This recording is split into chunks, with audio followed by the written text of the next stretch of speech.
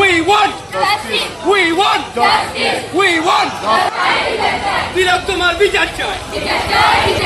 তিলক তোমার বিচার চাই। We want justice. তিলক তোমার বিচার চাই। পুলিশ ধিক্কার ধিক্কার। পুলিশ তুমি দাঁড়িয়ে দেখলে রাস্তা যখন চলছে ঘর ঘর মেয়ে আছে আজও বাবা বলছে ঠিক। তো দর্শক, বিগত একটা বছর পেরিয়ে গিয়েছে, বিচারের দেখা পর্যন্ত মেলেনি। ধীর গতিতে চলছে আদালতের কার্যক্রম, আর নীরব রক্ষাকর্তা হিসেবে, ধর্ষকদের রক্ষাকর্তা হিসেবে সেই ভূমিকায় কাজ করছেন শাসক দল মমতা বন্দ্যোপাধ্যায় এবং তারই চাটুকারিতা করা দলদাস, তারই চটি চাটা পুলিশ প্রশাসন আজকে সাধারণ মানুষের উপর চালাচ্ছে নৃশংস অত্যাচার। আজকে সেই একই দাবি, অভয়ার বিচার চাই। সাধারণ মানুষ হাতে কোনো রকম অস্ত্র নেই, নিরস্ত, কেবলমাত্র জাতীয় পতাকা উঁচিয়ে একটাই দাবি যে অভয়ার বিচার চাই। সেই সন্তান হারা বাবা মা সাধারণ মানুষকে সাথে নিয়ে আবারও সেই একই আবেদন, একই প্রস্তাব, একই দাবি, তাদের মেয়ের সুবিচার চাই। কিন্তু বিনিময়ে কি পেল তারা?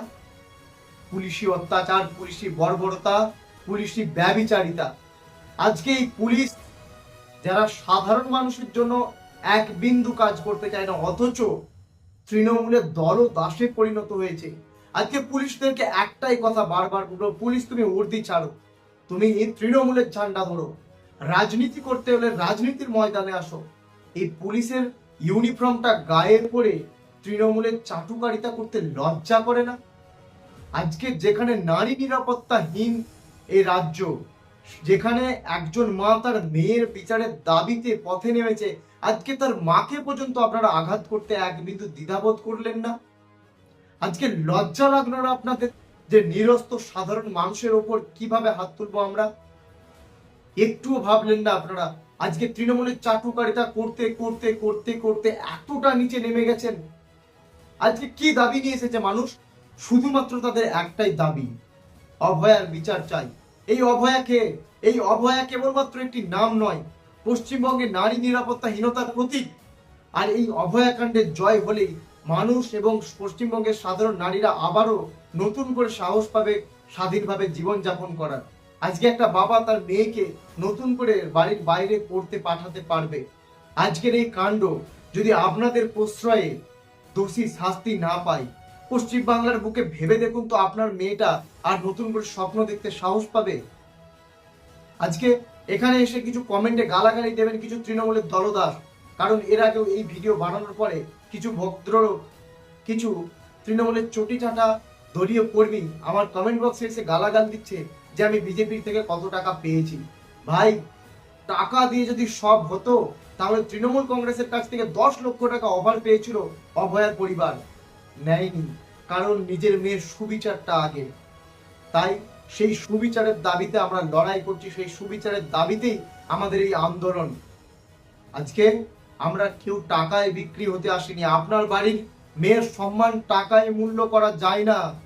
তৃণমূল কংগ্রেসের দলীয় কর্মীরা শুনে রাখুন, আজকে প্রত্যেকটা ইস্যুতে শুধুমাত্র টাকা দিয়ে দিন আর ভুলে যাবে, এতটাই সস্তা মানুষের আবেগ, মানুষের ইমোশন।